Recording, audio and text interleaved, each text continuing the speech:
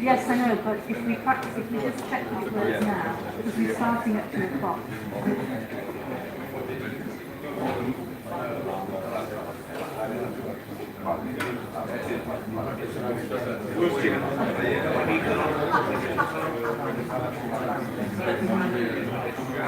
There's some seats down there at the front, and there's some seats up there if you'd like to move down a little bit.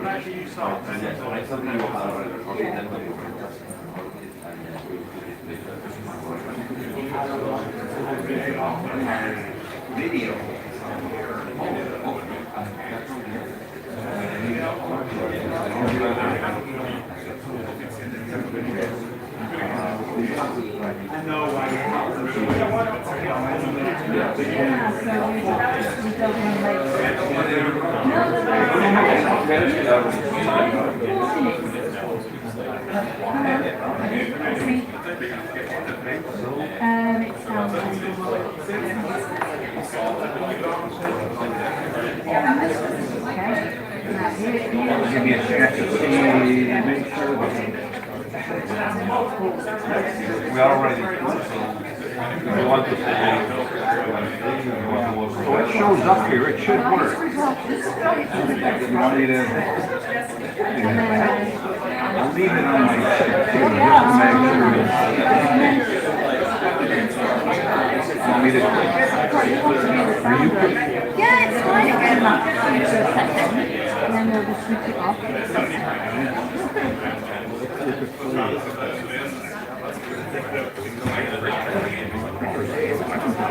Alright, do you need sound? Oh, we need sound.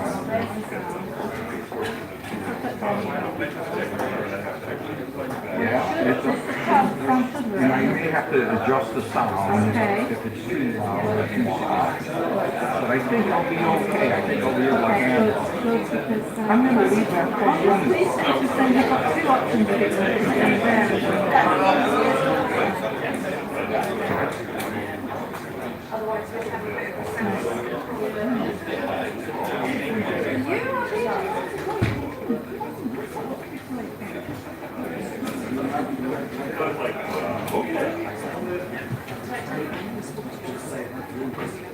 No, I think I was a teacher for a long time. I can't help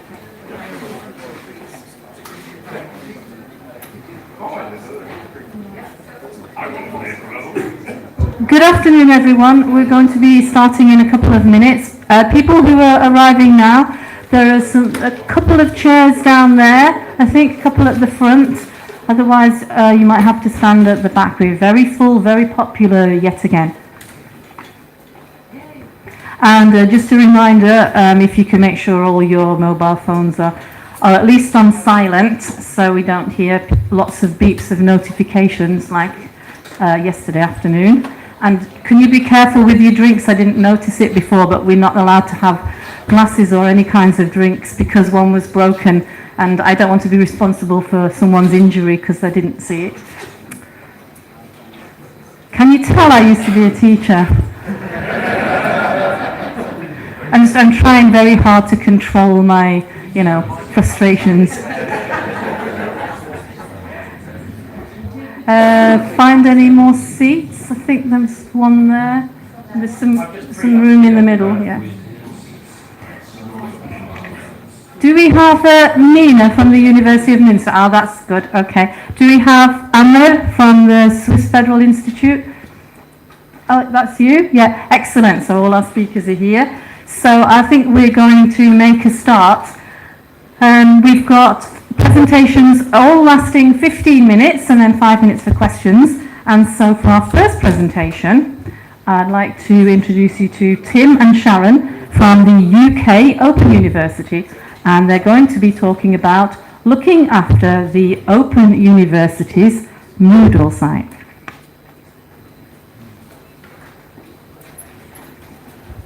Thank you. Good afternoon, everyone. I'm Sharon, this is Tim. And we're just going to talk to you a little bit about what we do to look after our Moodle-based learning systems.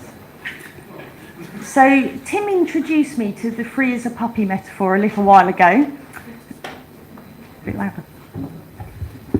So, lean over. Tim introduced me to the free as a puppy metaphor a little while ago. So when Tim gives me my new puppy for Christmas, I take it home, install it in a comfy bed, give it some food and leave it. It's not going to last very long. It won't be a very usable pet, it will soon catch some bugs, and it may well fall over.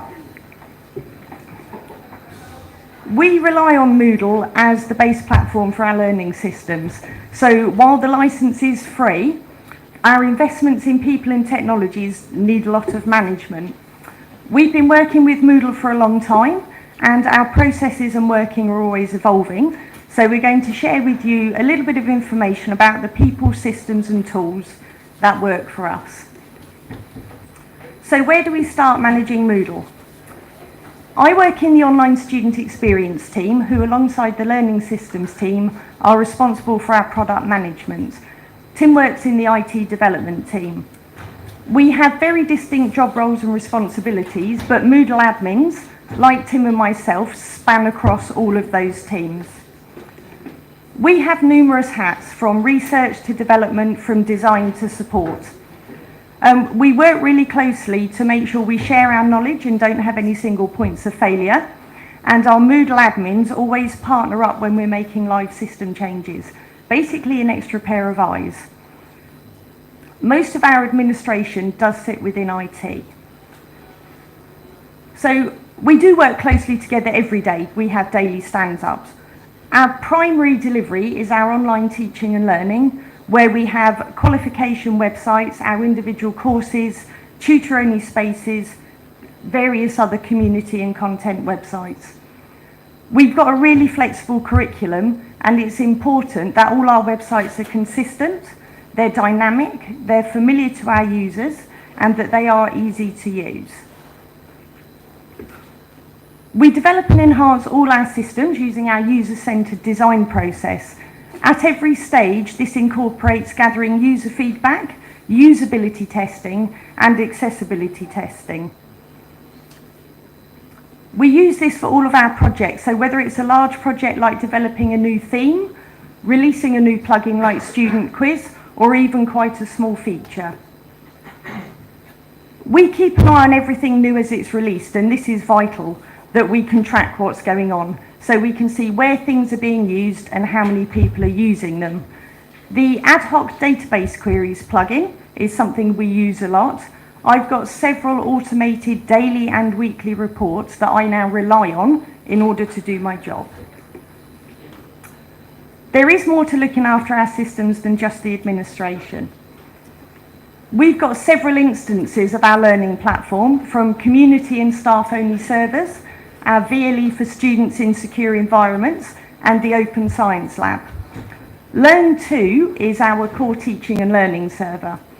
We have 55 roles on that server alone, which we use to manage who goes where and does what for about 180,000 active users in a year on over 450 live courses. 55 roles does sound a lot, but I'll go on to how we use those. We have roles assigned at system, category, course and activity level.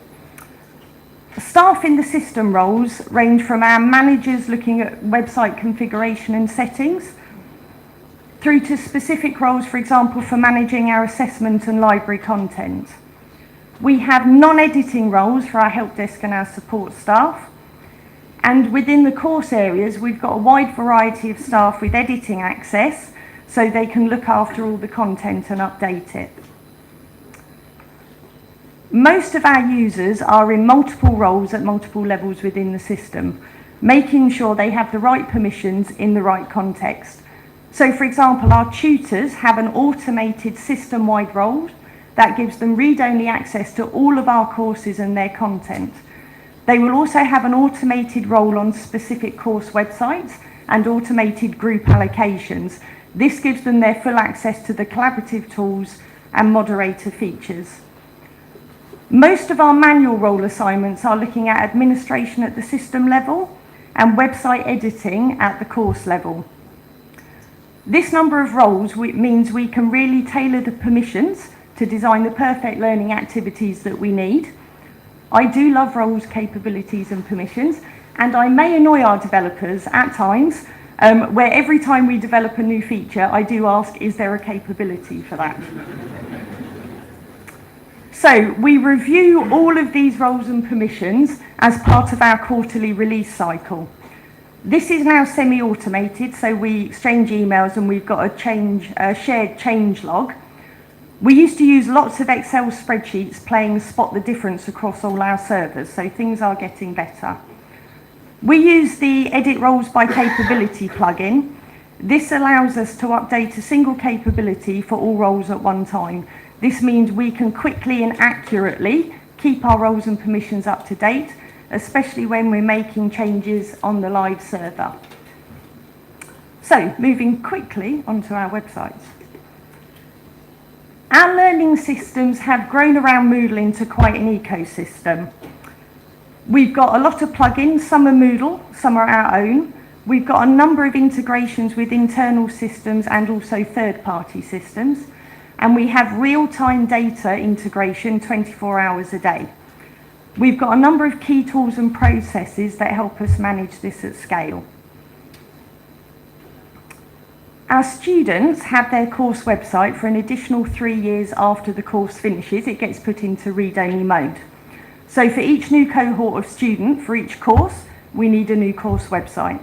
So we've developed a one-step roll forward process that automatically backs up the website, restores it, but it removes the users and their content. It keeps the groups, renames them, and attaches them to the new version of the activity for us. The roll forward also adds a new workflow to the website, and this is where I'm going to hand over to Tim. Thank you, Sharon. So with all these roles and different people involved in producing a website, we need some way to coordinate that without being too heavy-handed, so we developed the workflow block. And you can see it there sitting at the side of the course, making it clear which user is responsible for doing something to this website next and reminding them what they should be doing at that point. All the steps in that workflow are freely configurable by the administrators, so really the teams working in a particular area will define their own workflow. So you have a bunch of steps, each one leading to the next. And as well as the instructions that you can see, the workflow system is also capable of performing some automatic actions. For example, when one step finishes, that might be the moment when the site is automatically made visible to students. And also the workflow system will send people an email to tell them it's their time to do the next task, and those emails are all fully configurable as well. And for the admin staff who are not helping to set up, for example, all the websites in a particular faculty, then we have a report so they can see at a glance all the websites they're responsible for and where the workflow has got to. So the general trend of this talk has been to start from the kind of people end and gradually head in a more and more technical end. So let's now start to look at how we enhance the system with development and customizing Moodle. Actually, there was an even better description that I'm about to get of how agile. Sorry, I've forgotten your name. This morning in the global room.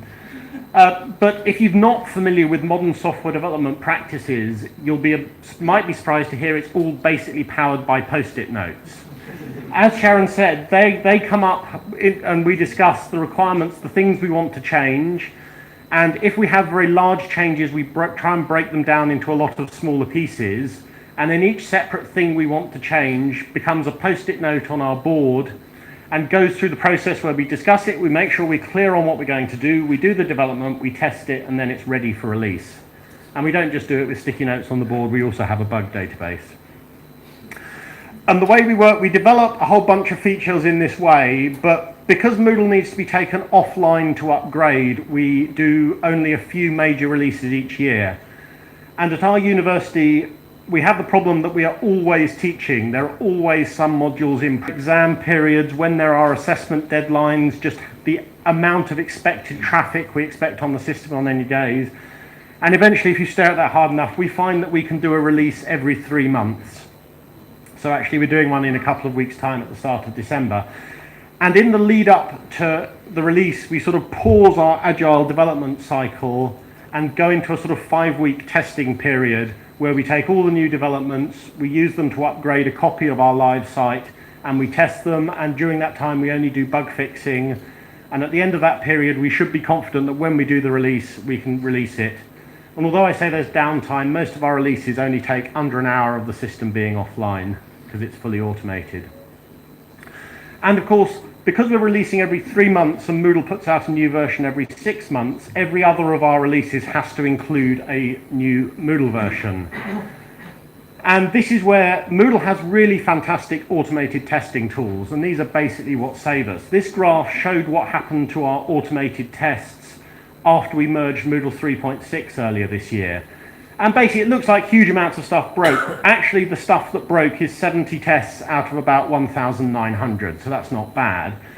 And because we know specifically these tests have broken, this tells us immediately that these are the places we're going to have to go and fix. And the x-axis on this graph is days, so you can see that after a couple of days we had fixed almost all the issues caused by the code merge. The automated tests are also really helpful for managing, just as you're doing development, as you try and improve one thing, your changes might inadvertently break something else that you didn't think of, and the automated tests will catch that more often than not. So if you're doing Moodle development and not running the automated tests, you're missing a trick. So, heading in the ever more techie direction, let's look at the servers on which we host this thing, and basically there are just a lot. We didn't start with this many, but over the years our usage has grown, so we've needed more and more servers. These are all virtual machines. We have lots of web servers. The kind of bottleneck in Moodle, but actually it's not much of a limit for us these days, is you can only have really a single database. We use Postgres, and we have master-slave replication, so if one database falls over, we can switch to the other. You also need a cache system, and you need a big file store pool. So that's it, really. It's no good just having those servers sitting there. You need to know at every moment that they're working reliably. So it's important to have various sorts of monitoring. And we have monitoring at several levels. At the top, you have some very low-level monitoring using a tool called Nagios. That's basically the CPU load on the servers all day, every day. That's showing the last week's data when I did the screen grab. And you can see that during the day when our students are studying, it gets up to about 50% CPU load. At the bottom, we have some measurements of the performance from more the end user point of view. The graphs, they're basically average page load times, and mostly it's fine, but you can see there was an incident at that point. There are a whole bunch of pages being really slow to load. That's what the red happens to mean on that graph. And, then you have to go and investigate. I have to say, we have this automated monitoring. It will alert to us within a few minutes if something starts to go wrong, but often our users are even quicker than that. They will notice, and it's nice to have users that care. It is. So again, here's these graphs. So the average page load time we manage is just under half a second, which I think we're quite pleased with. That's when it's working smoothly. When it stops working smoothly, we have a major incident process within the whole IT department, so responsible for all systems. We have a major incident manager. So when something starts to go wrong, it's her job to get all the right people in the room and get them just focused on fixing the problem. And that works quite well.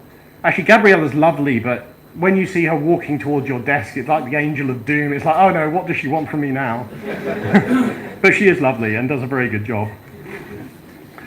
And as well as the sort of system level monitoring, this is another place we use the ad hoc database queries. We've got various daily or weekly ad hoc queries that just analyze things in the logs to check that things are running smoothly. So, to summarize, if you look after your Moodle well, it will be a happy, thriving, bounding along pet. And basically, sort of fundamentally, it's simple. It's about having the right people, the right processes, and the right tools. Now, I hope we haven't just completely scared you with this, because we've been doing this for, I think, 14 years, and all these processes, when we started, it wasn't anything like this sophisticated. You're doing stuff, it's basically working, but then something goes wrong, and then you sort of sit down and think about it, and then you improve your processes so it doesn't happen again. So really, you get to this level of sophistication just by one step at a time, making things a little bit better.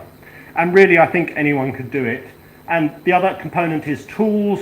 There are 3 of the tools that we have created and shared with the community, so if you think they would help you, you can go and get them. Thank you very much.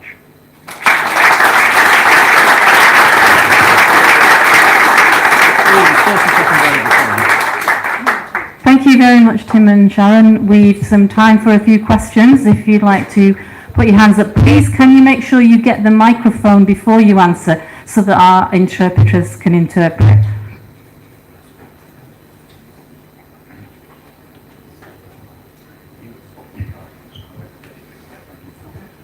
First of all, thank you very much for your presentation and for the plugins that you share on the database as well, which we've made extensive use of over the years. So thank you for sharing those with the community. I just wanted to ask how, in terms of what you've shown us today, the processes around this, from a staff point of view and a procedural point of view, how much of that has developed over time in the 14 years that you've been using Moodle, and how much of it was kind of in place already, or existed previously? I'd say it probably changes slightly every year. The three main changes in our processes are where we went from Moodle version 1 to Moodle version 2 to Moodle version 3. We learnt a lot in all of that, and in each of those changes, we actually changed servers between Moodle 1 we actually changed servers between Moodle 1 and 2, so completely separate installations. It was a really good opportunity to look at what people were doing. I don't think I've done 14 years, maybe 13. But when we initially started, there wasn't a lot of interactivity online. It was some course materials and things. So as we develop more tools, as the students want to do more, as the pedagogy changes and our learning designers want to do things in a different way, as well as updating the systems for the features and functionality, that may come with new roles and permissions. It may come, the workflows are brilliant because you can just create new ones and drop them on websites and it will email people and it will send editing access to the people in the right roles at the right time. So it's definitely a fluid process. I think we're at a point now where it's working, but we'll just wait for the next change, I think. The question, the checklist block, I understood is for doing things on course level. Now being asked by lectures, like we do want to do exam and have a checklist that everything has to cope with. So could that be everything has to cope with? So could that be born or abused to do some things also for a process-based? Thank you. No, thank you, Luca. That is a very good question because I should have said that during the talk and I forgot. The workflow block doesn't just apply to courses in Moodle. It can apply. We also use it for producing quizzes, assessed quizzes. We don't bother for formative quizzes, but for assessed quizzes, we also definitely use it. So that works. Yeah, and it will support, I think, any activity type. I mean, we just use it for courses and quizzes. Thank you for the question. We have time for one quick question, so any other question? Okay, so thank you, team. Thank you.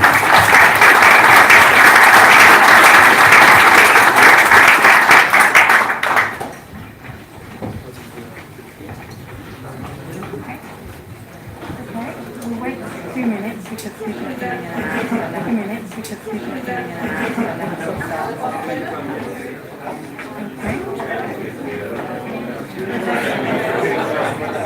And Danny will show you the time. 15 Yeah, I'm going to be in the middle because it's hard to see me in here. I'll stay there in the middle and just raise my hand. Okay, perfect. Just 5 and 1 minute.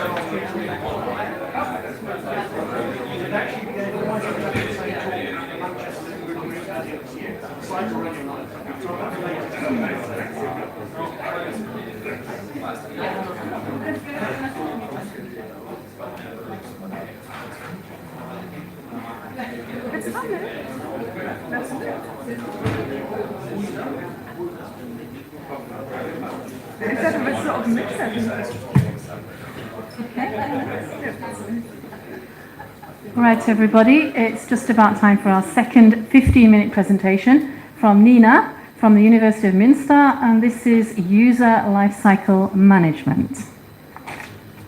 Yeah. So thanks for the introduction. I was wondering how many of you do delete their users automatically in some way? Okay, so that's actually part of what this presentation is about. Because we thought with our instance about how we are managing our users and what different stages they can have. And well, that's why the presentation is called user lifecycle, because we have kind of in the middle, this cycle of first you create a user, then you have active users, which might be suspended, but also might be reactivated. Since I'm from the university, that's the case. For example, if someone takes a semester abroad, then they are not longer ascribed in our university, and they're inactive, but they might get active again. And finally, if the student or the teacher is no longer at the university, they should get deleted. So that was our use case. And of course, Moodle also already has functions to suspend or delete users. Oh, okay, that's actually if you try to use the PowerPoint online editor, it does not work that well.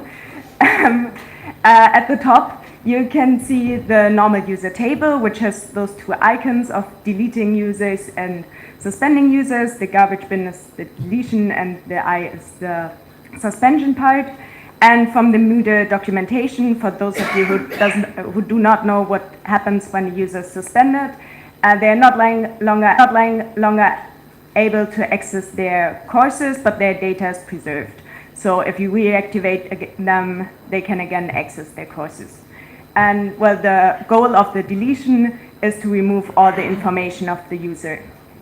So that's what's there in Moodle, but our motivation to do something about that was that we have approximately 100,000 users by now, but 50,000 of them could be deleted because they're no longer at university. So it does not look really nice. And since we do not want to do that manually over and over again, we thought about some way to make that automatically. And as part of that, we also thought how we might adjust the suspension and deletion part, so what additional features might be beneficial for us. And out of all of that thoughts, we of course developed something. Oh no, First we have the how we want to adjust the suspension part, which the first thing we thought about was about, anonymizing the user, which does not work completely. So it's not, the goal of this is not that it's completely, that it's not possible to backtrack the user, but that you get an idea of, okay, that user might be not longer active. Especially if you think about a teacher who has users in their course, he might want to know, okay, that user is somehow not active at the moment if there's an assignment or something else. So what we want to have, this is the simple example of having the list of all users from a course. And what we wanted to have is that there's not the name, but something like inactive user, and that also is displayed for forum posts or assignments or something like that.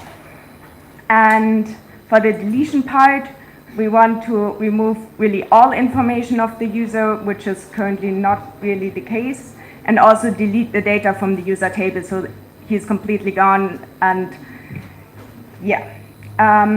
If you're thinking about how plugins might delete data from user, there's a pre-user delete function which you can implement in each plugin, and then it can take care of users being deleted.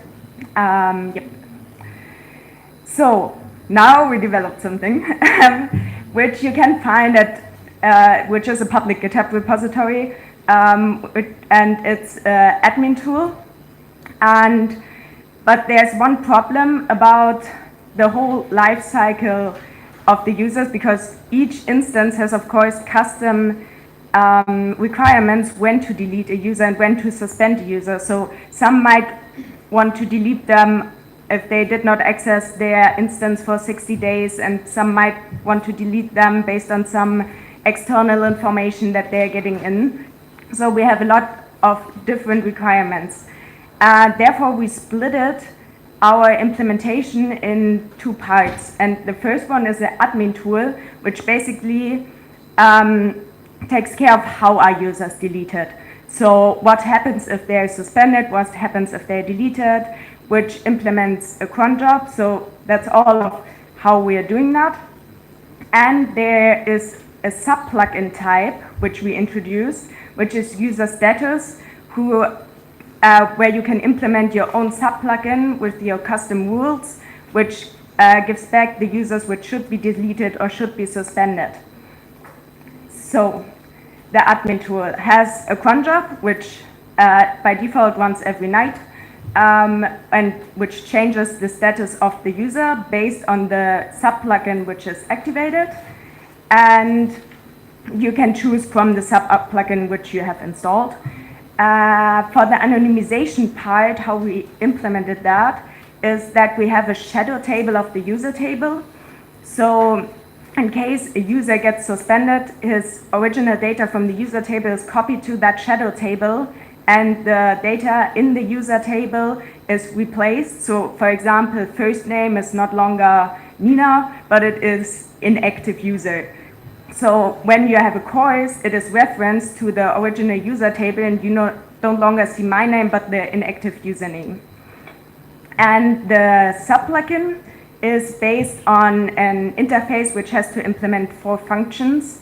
The function to return the users which should be suspended, which should be deleted, which should be reactivated, and users who never logged in. So, for the sub-plugin, we have implemented 2 different types, which we could think of, but later it would be really interesting to know what requirements you would have, so how you would know which users should be reactivated or deleted. The first plugin which we thought of, which is the simplest case, is users who did not access Moodle for a long time might be possible, should maybe be deleted. So that plugin is called Time Checker, and you can just enter the time until a user should not, in this example, if for 90 days the user did not log in, he's suspended, and if nothing happens for a year, then he is deleted. And the second sub-plugin, which we implemented, is, well, based on what requirements we had, but it might be, you might also be able to use that, since it's basically just on a file which lists all the users, and if a user is not longer in that file, he is suspended, and if he does not appear again on that file, he is deleted. So that's a really simple one. And you just have to enter the path of the file. And yeah, what we're doing, we are unfortunately still in beta phase, so we are testing that with some test instance. And what I did, because I was interested in the runtimes, was that I started the cron job for 35,000 users and looked at how long it took. And well, the suspension part is really fast. I was really happy about that. It only took 3 minutes and I could start work again, so that was nice. But the deletion part takes quite long, so if we are when we are putting that into action, we will batch our deletion. Since it took, like for the 35,000 users, it took approximately 6 hours, which is still, if you think about it, it's less than a second for a user. So if you run it on a daily basis, it's totally fine. But for the first run, it will take quite a long time. Yeah, and I had a look. That's actually what the graph is about. Which functions take how much time, and you can see that the most time is taken by enroll user delete, which is a core function which just enrolls the user from all their courses, and this takes quite a long time. Yeah, I talked really fast, but as I said, I would be really interested in what requirements you have, because we're still at that development phase. It's still things are still adjustable, and how you think about the anonymization part, because we thought it's really a good feature, but some others might not like that. Yeah.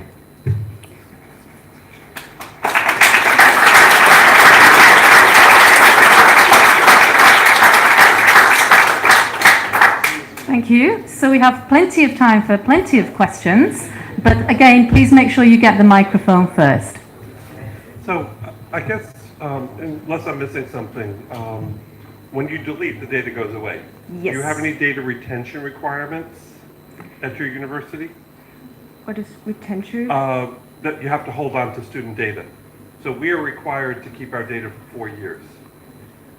Okay. So any student grades, Yeah. we have to keep for 4 years. We are not using the instance for keeping grades, so there's something else responsible for that. Yeah, that would be an additional requirement, because I mean it would be possible.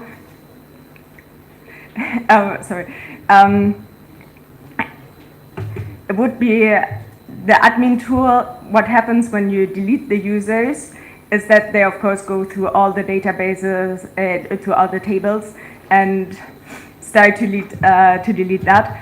So you could extract all the items from the grade table, I guess, for that. You spoke about anonymization. Since some time we have the functionality that are related to the GDPR aspects, and they are deleting most of the information in the database. There are some leaving there. Is this not an alternative for your process? I think deleting the data would more be about also deleting the user, because the thought about suspension is that if the user comes back, he still has all his data. As part of the deletion process, we also use the Moodle core function for deletion. So I guess it already uses the same functions as the GDPR uses for deletion. No, wait, maybe. I think they are different. This was one of the gaps at the deletion process. It's the core deletion process before we have the GDPR process. The GDPR process is deleting the data, but the typical deleting process of a user is only deleting some information in the user table.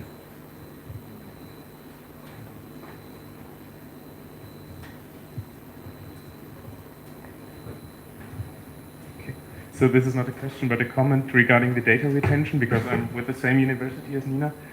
While we do not have any data retention requirements for a Moodle, I think you could still, basically realize data retention things by using this suspension period. So you could suspend users when they are unenrolled from your university or your institution, but you do not delete until after the data retention period has ended, right? So there is a phase for something used that the user data is anonymized for the other users, but not for you as administrators. So if there's something coming up, you could still access it, I guess.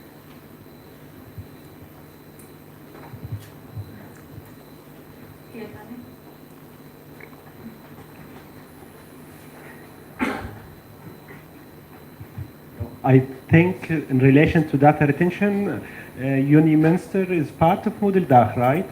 I think they keep a backup of the courses for a period of 5 years. So if they want to come back to the data, they come back to it. After 5 years, they just get rid of it. This is for the German-speaking part. So I'm sure this plugin has no connection to the backups, but someone else is having a backup for this data. And in relation to the data GDPR, and our plugins with the privacy, usually they return null. Basically, there's no data being taken out. If there's anything else to be deleted with that, it's controlled usually per plugin. It's not controlled per whole Moodle usually. So it's just modular idea, unless I got your point in different direction.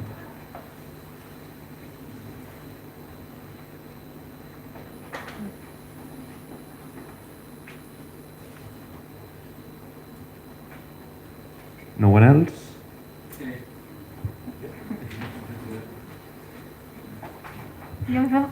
With a few more minutes. Hi.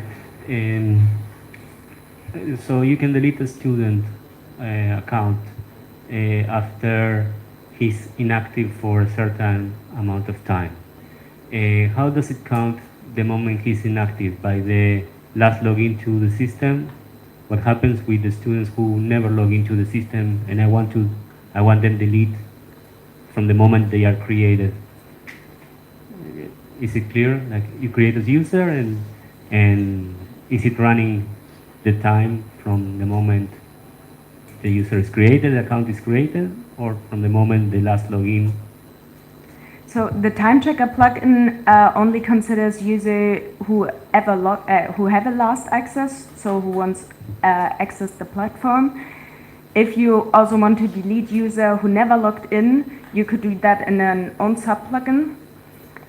The reason why we did that is that we have some technical users who never log in, and we do not want to delete them because they're important. Yeah. Thank you.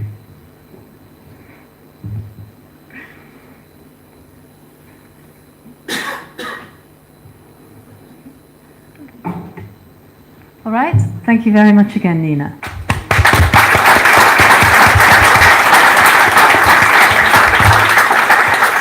Okay, we've a couple of minutes before we do our next presentation if people need to go out or come in.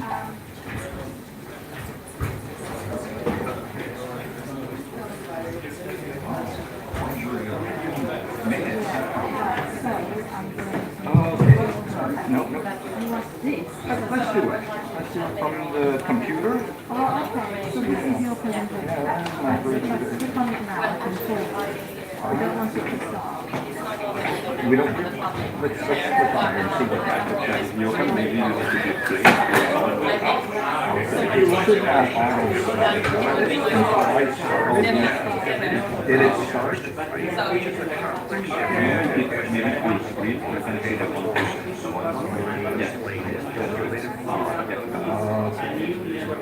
There we go.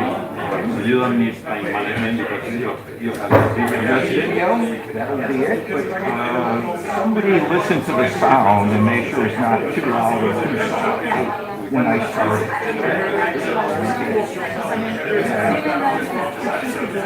If the sound is not like my hearing is I don't hear. maybe you can play it now. Like start and check. Are you I just have it.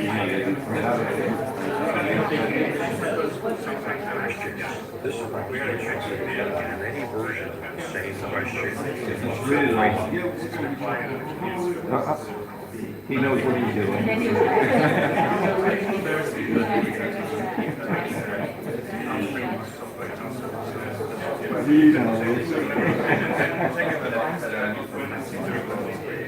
just try? Okay, you do it. Yeah. That's 93, 100. Problem of students sharing answers. In the United States, we called it. Great.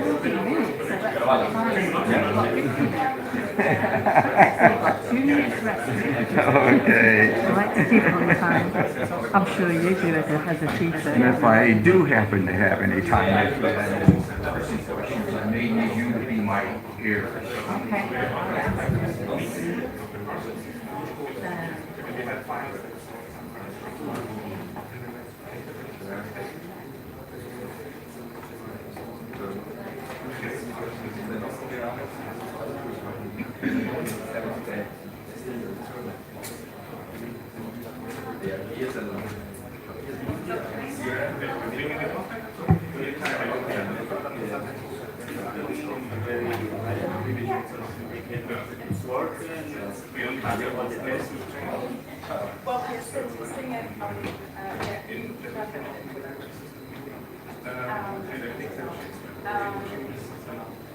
But it's, yeah, okay,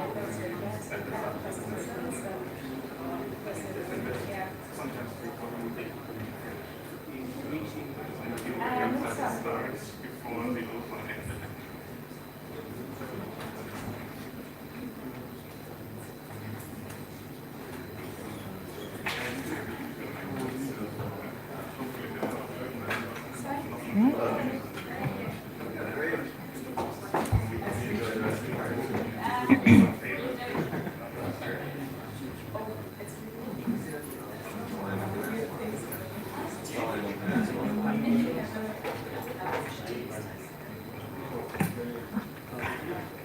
Okay, we're ready for our next presentation now by Rick from the University of Iowa.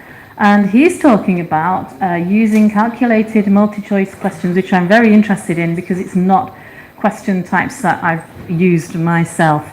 Okay, Rick. Okay, hello. Can you use the mic for our translators? Hello, and buenas tardes, I think. Just a little bit of background. I'm a professor at the University of Iowa.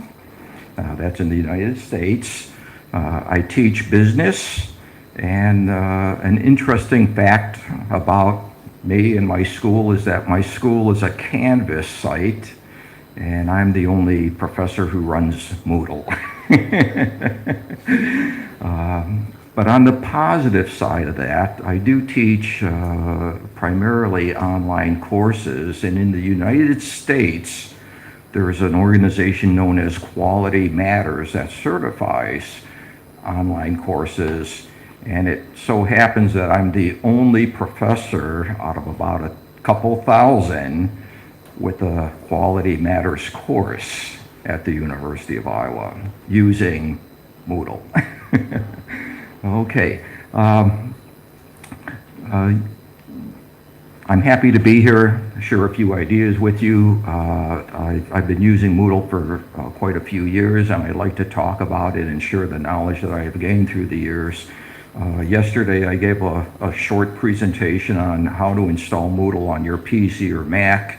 I mentioned at that presentation that I presented that at MoodleMoot this year, and they gave me about 3 hours. I had 7 minutes yesterday for that one. This particular presentation I did at MoodleMoot, and they gave me 2 hours, and I have 15 minutes here, or less. And when confronted with this, I always like to make videos that I can share with you and then share with people around the world after the presentation. So this particular topic, using calculated multi-choice questions, that's a core question type, so we're not talking about add-ins here. It's a little bit technical, and I'm pleased to see a nice audience here for a technical presentation. So, ¿estamos listos? Sí. Rick Jers from the University of Iowa. I want to explore Moodle's calculated multi-choice question type, which is a complex yet powerful question type for quantitative courses. I will explain what calculated multiple choice questions are, describe some of its advantages and disadvantages, provide an example, show you one of my real applications of this question type, and provide a few summary points. By its title, you might recognize that this is a form of the standard multiple choice question. There are some folks who would argue that multiple choice questions are a superficial exercise, one that requires little thought, less insight, and no understanding. But others have argued that multiple choice questions can be devised so as to emphasize an understanding of the broad principles of a subject. I will leave this debate up to you to decide what is true or false. However, I like using multiple choice questions in my courses for several reasons. They can be automatically graded by Moodle. This saves me time and makes me more productive. I can easily allow reattempts of quizzes using randomly selected questions, giving students more practice. Problems with potential ambiguity, student typing mistakes, close answers, wrong units, etc. are eliminated because you have one correct answer. Students not only have to explore the correct answer, but often will explore wrong answers just to make sure. What is unique to calculated multi-choice questions is that they can use variables in both the question and in answers. Some people refer to this as algorithmically generated questions. This allows the instructor to provide many versions of the same question. It helps avoid the problem of students sharing answers. In the United States, we call this cheating. Variables can be synchronized across multiple questions. This is an extremely powerful feature. Here are some characteristics of calculated multi-choice questions. Obviously, you can create the correct answer. You can have some choices contain constant values, such as 35.2. Answers can have text, such as none of these are correct. You can also calculate incorrect answers. Words can be included both before and after the answer, such as the distance is 32.5 miles as the crow flies. You can have many choices, more than the commonly used 4 choices. There are many functions available. Here is a list of functions from Moodle's documentation. You can include bogus variables, variables that are not needed in the equation. And this last important point, variables can be shared across multiple questions. I will illustrate these advantages in just a moment. The disadvantage of calculated multi-choice questions is that they are more complex to understand and set up, which is why some instructors might not use them. I will demonstrate calculated multi-choice questions with an example. This example will involve geometry, calculating the area and perimeter of a rectangle. In this simple example, let's have 2 variables, length and width. Let's use the letters X to represent length and Y to represent the width. I am using X and Y just to keep my example simple and easy to type. The words length and width could be used as variable names in Moodle. I should also mention that variable names are case sensitive, so little x is different than big X. Then I'm going to create 2 problems. The first problem is to calculate the area of a rectangle, and the second problem is to calculate the perimeter of a rectangle. For both of these problems, I am purposely going to use the same x and y variables so that I can demonstrate the concept of private and shared data sets. Here I am in Moodle 3.7.2 Boost theme in a course that I have called Geometry. I will begin by creating a quiz in topic 1. Eventually, I will add these 2 questions to this quiz. I'll call this quiz MoodleMoot and put all questions on one page. Now I go to Moodle's question bank to create my 2 questions. I create a category called MoodleMoot Quiz so that I can keep my questions organized. Now the fun begins. I will create a new question and select calculated multi-choice. For question name, I use area of rectangle. For question text, I type, what is the area of a rectangle whose length is X and width is Y? But this is not correct because X and Y are just letters. I need them to be variables. To do this, surround them with brackets. There we go. I scroll down to answers to create my choices. Moodle's default is to provide 5 choices. I always like to make choice 1 be the correct answer. For the answer, I type the following equation. Note the use of brackets, and also note that I use an asterisk to represent multiplication and not an X. I also make this answer worth 100%. Okay, so remember, area is length times width. Area is length times width. Now, let's create the other choices. I'm going to illustrate some of the characteristics that I mentioned earlier. For choice 2, I will enter a constant value of 18.5. However, this is not a number, it is text. To force it to be a number, I have to surround it with brackets, like so. This will force the proper display of decimals. For choice 3, I will enter the text. None of these are correct.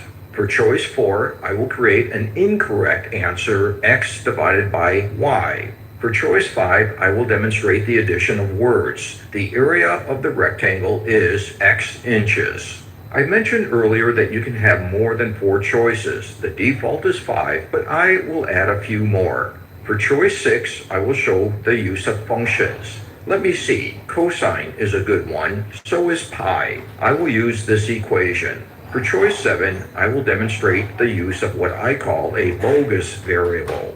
I will use z. Z is not going to be used in either the calculation of area or perimeter. However, just as I will eventually vary x and y, I will also vary z. You will see how I do this in just a moment. Okay, I will save these changes.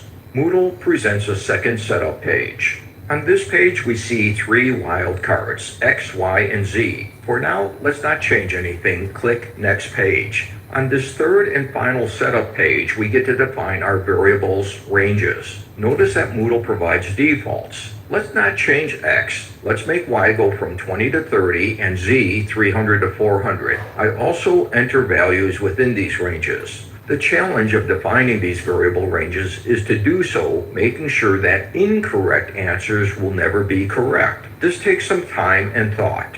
I will update my defaults by clicking on Update the Dataset Parameters. Below this section, we see Answers Tolerance Parameters. So I'm saying in the video, but just to emphasize, you get a chance to see the correct answer and all of the incorrect answers on this screen. Shows us our 7 choices, what we entered in the answer box for each choice, and the answers. At this point, we have only one version of this question. Let's add 20. Drop down to 20, then click Add. Well, what happened? At the bottom, we see set 20. Where are the other sets? Drop down the value next to display, pick something big like 30, and click on Display. Now we scroll down and we see all 20 versions. Wow. Here's a very important point. When we are creating these questions that use variables, Moodle does not generate the variable values on the fly. Instead, you force Moodle to create the values ahead of time. In our case, we have generated 20 versions of this question and only 20 versions that Moodle will randomly pick from when the question is provided to the student. You can display all versions and, what might be extremely important, verify each version to make sure it makes sense. In this display, you can change values if you need to. For example, if I don't like a value for X, I can simply change it. When you save this page, the new values are also saved. We have done a lot of work. Let's save this and see our results.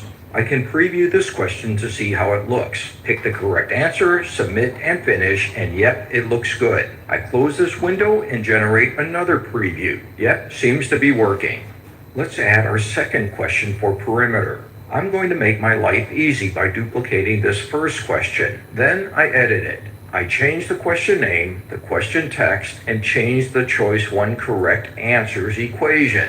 Look carefully at how I am using parentheses and brackets. Of course, we need to know how to write correct equations. Otherwise, well, don't be an instructor of geometry. I keep all the other choices the same and save changes. On this second page, I will accept the defaults for right now. On this third page, I'm going to make X go from 20 to 30 and Y from 1 to 10, just the opposite of what I did before. I will update the dataset parameters and then add 20 questions. Everything is looking good, so I save changes and preview. Yep, this question looks good. Now we have 2 questions. Let's add them to our quiz. I go to this quiz, edit quiz, add questions from question bank, and pick these 2 questions. Then I click on this quiz and preview it. What I see are these 2 questions, and each question has its own set of X and Y values. But what if we want to use the same X? So you'll notice the differences in X and Y between the 2 questions. Sorry, Mary. X and Y values for both questions. Can this be done? The answer to this is, of course. We are using Moodle, the most powerful LMS, so of course we can do this. To synchronize the X and Y values across multiple questions, 3 conditions must be met. First, the questions must be in the same question bank category. Since we created these 2 questions within the same category, this condition has been met. The second condition is that we must have the same number of versions for each question. We will take care of this in a moment. The third condition is that we must tell Moodle that we want to synchronize these data sets. I will show you how. Begin by editing the first question. No changes are necessary on the first setup page. On this second setup page, instead of using private data sets, we are going to switch to shared data sets. We also pick synchronize. These changes wipe out our previous 20 versions, so we have to establish our variable ranges and re-add 20 questions, then save. Next, edit the second question. Again, no changes are made to the first setup page. On the second page, we again share the data sets and synchronize. On this third setup page, we do not have to make any changes, since this question will be sharing the 20 data sets from our first question. Finally, let's go back and preview the quiz. Wow, look at this. The values for X and Y are now... Sorry that the captions covered the second set of data that are a little bit harder to see. You can watch the video on your own again and the uncaptioned version and see that they're the same. They're the same. All the same for both questions. Cool. I will demonstrate how I use this question type in my business analytics course. I have an exam containing the topic descriptive statistics. I provide the students a data set, and they must use this data set to calculate various descriptive statistics, such as the average, the standard deviation, the range, minimum value, maximum value, and other statistics. This is how the quiz appears in Moodle to the students. To create the set of questions, I established 3 variables within the data set, starting with a question about the mean. Here is the data set, here is the equation for the correct answer, and here are the other choices. On the next screen, I make sure to synchronize variables. On the third setup screen, I establish each variable's data range and 21 question sets. 21 sets seems adequate for my 40 to 45 students.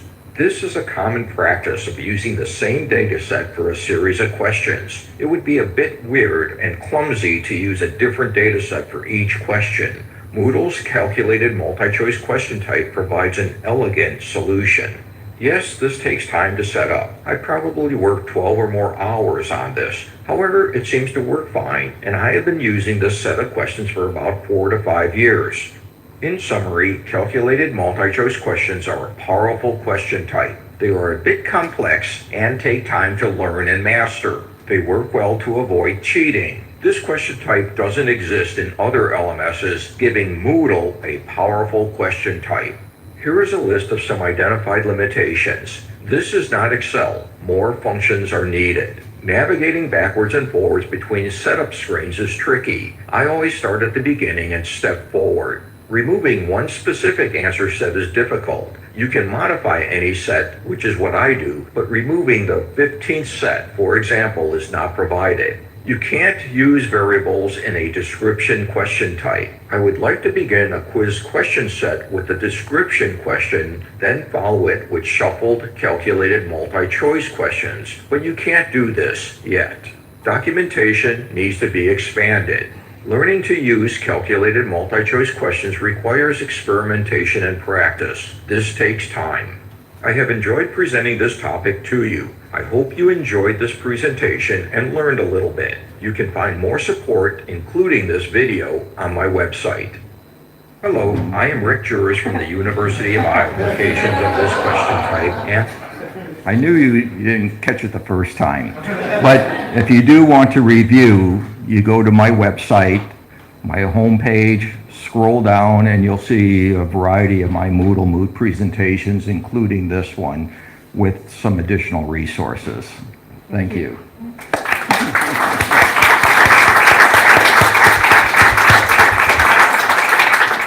We only have time for one quick question. Any question? No? Yeah, Tim? One very quick question while we're setting up for our next presentation. Rick, can you answer on the microphone? Calculated description noted. Actually, you should put it in the Moodle bug tracker as a feature request.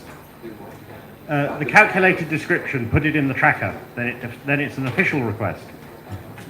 We are fortunate to have the quiz guru with us, and Tim knows that I do make a lot of suggestions in Moodle Tracker, so this one will end up there. Tim, thank you very much. Thank you.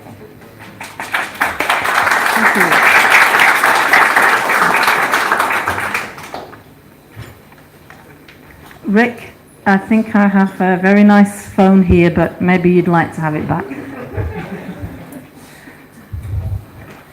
Okay, I'll just wait a few seconds for people to come in and go out, and then we'll have our final presentation before the coffee break.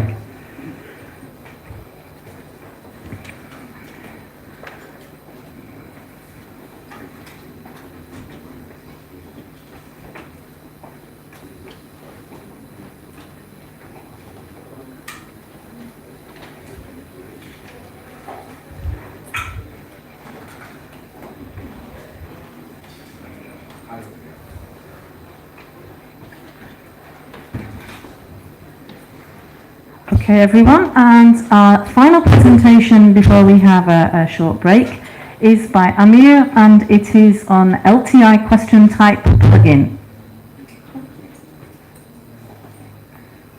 Hello. Moodle, as we know, has a module activity for LTI, but we could never get it to work as a question type, and we thought maybe we should develop it, and the main reason for that is actually a code expert applications and IDE for web-based programming, and we decided to add extra parameters to the simple LTI connection connected with the attempts, etc. So this question type basically is acting exactly like the module LTI also. The only difference is you can add it to a quiz, you can restore it, back it up without a problem. It's just the exercises that's actually an external system has to understand how to be a provider for exam setup rather than just an activity by adding or accepting or understanding extra parameters. The grading is actually, it's a manual grading. There's no automated grading, and those are based on the intermediate table of submissions also. One of the things is actually knowing the progress of the IDE or the external system. We actually base it on the attempt. Once you are attempting the question, we consider it in progress regardless. This is one of those technical difficulties also in integrating another system in exam setup. Those are simple flowcharts for the LTI connection. It's actually there are two different ways. One of them is actually going through the Moodle login, navigating to course, creating quiz, create external question or LTI question type. It's created through creating the question. You can add directly the link exactly like the module LTI. And you can pre-create it in Code Expert basically and getting the link for LTI and then add it again, or through deep linking without copying. This is actually flipping charts, actually the opposite. But you have the two options, having the link ready or basically deep linking inside without going through login again to the external system. We have here a small video showing how it's been created.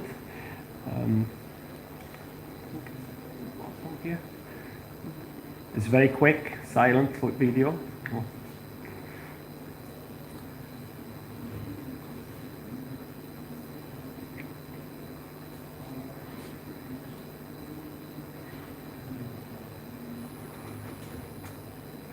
This is an emulator, of course.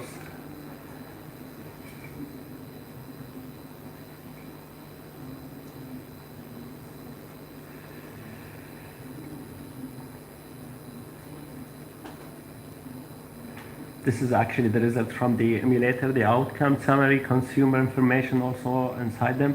As you notice, some of these stuff are actually what they are already there. We have extra parameters, whether needed or not. They are with the extension.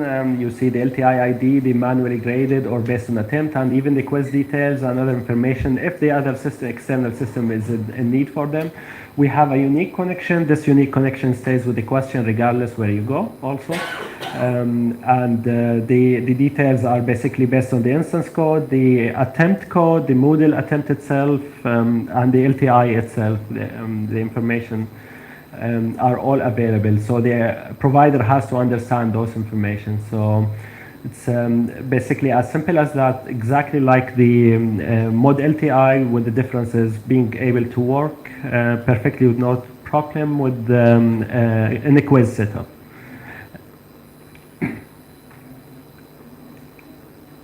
Okay, we have the future work, of course. There's a lot of things to do, but the main things are implementing LTI 1.3. and further flexibility and mapping tweaks, because outside systems, not all of them would actually back up or restore the same way Moodle is doing. For grading, we're trying to make it slightly easier for the teachers to grade rather than grading a different system, coming back and pressing grade button. We thought about it through web services and events, but it's seen from the end user's point of view to be complicated, at least in where I work. But this is actually considered for the future changes and enhancements for the question type LTI. The Q-type LTI is available actually in Moodle.org, and also this is the GitHub repo for it if anybody is interested, and if they are interested in the development IDE, web development IDE, we also can share the information. It's in-house software, not published yet. Any questions, any concerns? Thank you very much. First of all,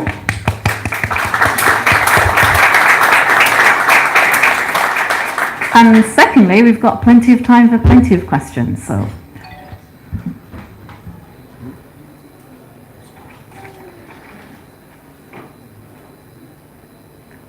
go ahead. I'm not sure I got this right. Thank you for the presentation. The question I have is, can you use any LTI provider in your question type, or does it have to implement these extra parameters? You actually have to implement and understand those extra parameters, because as a provider, the only thing is just from organization point of view, because the quiz behavior, if the attempt is based on last, if the highest, best grade, etc., they have to understand it, so they send you the right information. However, if you don't understand them, it will be technically like the normal model TI, and this does not serve the purpose. We have also a documentation. We'll publish it in docs.moodle.org for the providers if someone is interested to connect the two systems. This is just a medium and middle. Thank you.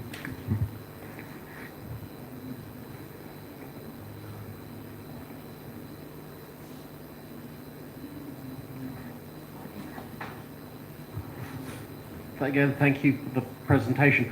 You said something about needing to regrade the quiz to get the grades, and I didn't quite follow that bit. Could you say a little bit more about that, please? Yeah, the grades are sent from the provider.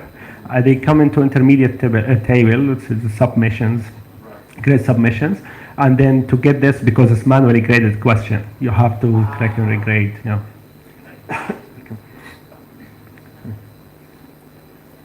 We were hoping actually to do it through a more automated manner, so regarding the regrading. Just to say, if you are looking for how to do it, so it's getting a bit technical, if you're looking for the way to make it a bit more automatic, possibly the answer is to write your own question behavior plugin. That's true, and actually we thought even about events being, it's just if something changes we can send it, or directly through web service, because this question type has enabled web services where actually if the provider is more advanced they can send the grade directly instead of going through the grade system. However, we don't publish these because simply we're not sure yet that if someone understands the basics first. Sure, okay, but based on my experience of developing this sort of thing, I would guess a question behavior is likely to be the cleanest way to implement it. That's a guess. That's true. It's only a matter of how they decide, usually from administration point of view.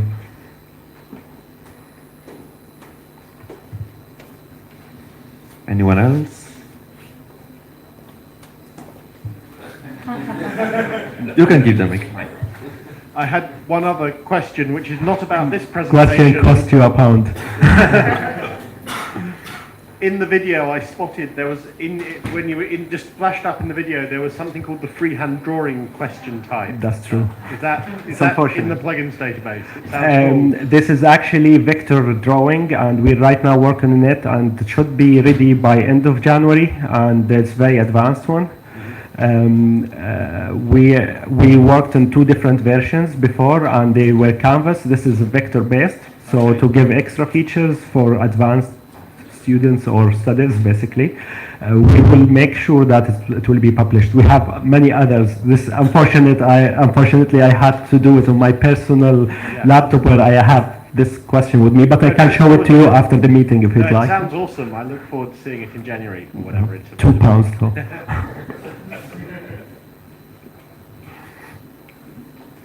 Someone who's not Tim wants to ask any question?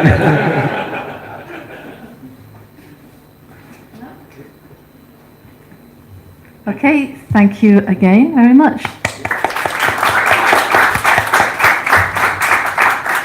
Okay, if I've read the programme right, we're rather early, but that's a good thing for a short coffee break, and then we'll be back here at 20 to 4, I think. That's right, yeah?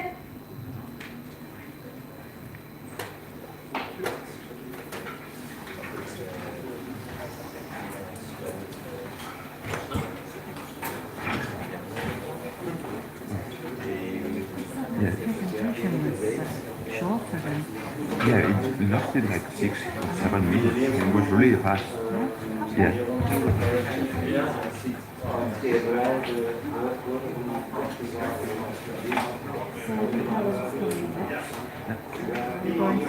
To England, and I'll see you at the next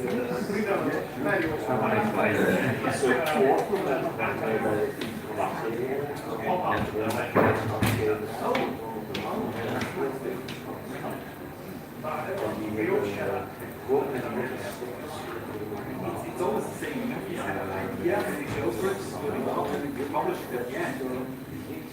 Hoping that nobody else same idea, same moment. That's why we could have shared region share some articles.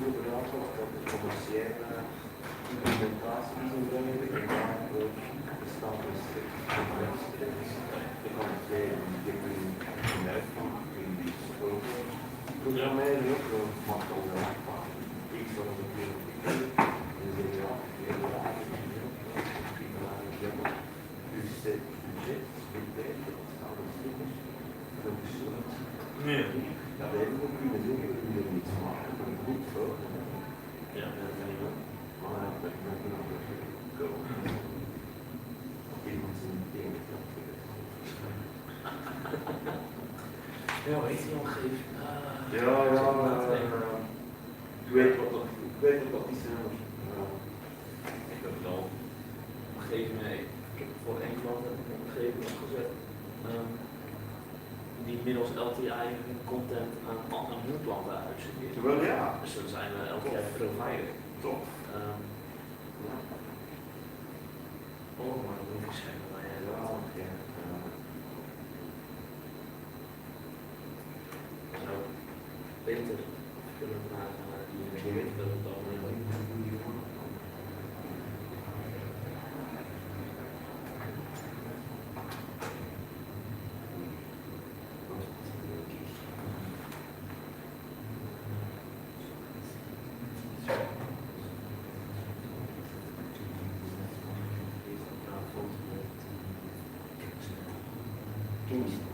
entree, via de entree-compagnie.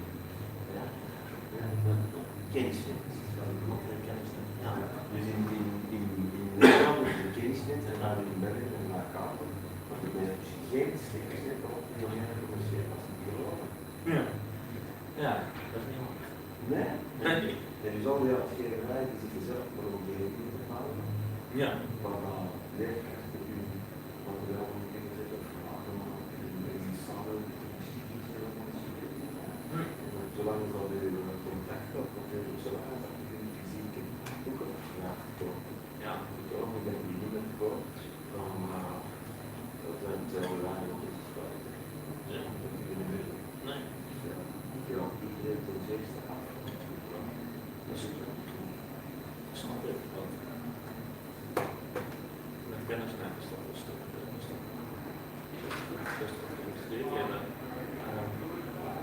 Los van dat je bij hun allemaal accounts kunt hebben, namelijk ook zijn een aantal sites die hebben een kennis met koppeling, dus dan kun je met je kennis aan de kant blijven.